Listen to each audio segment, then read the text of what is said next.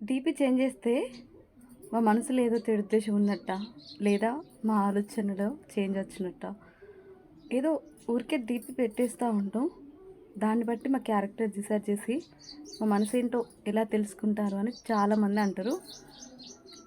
ఈరోజు నేను చెప్పే విషయం మీకు కోపం తెప్పించవచ్చు, బాధ అనిపించవచ్చు, నా మీద ద్వేషం కూడా అనిపించవచ్చు. కానీ నిజం చెప్పడానికి ట్రై చేస్తా.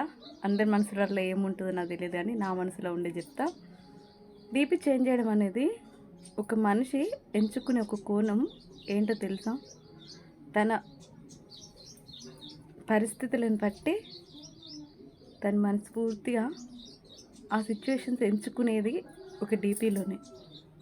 అది మన మనసుతో సంబంధం లేదు అని చెప్పుకుంటే కరెక్ట్ కాదు. మన మనసుకు నచ్చిన వాళ్ళ, మన ఫ్యామిలీ పర్సనల్ విషయాల వల్ల డీపీ చేంజ్ చేయాల్సి వస్తుంది. అది నిజంగా చెప్పాలి అంటే డీపీ చేంజ్ చేయడం అనేది మనస్ఫూర్తిగా మనం హార్ట్ఫుల్గా తీసుకునే ఒక సెలక్షన్ అని చెప్పాలి.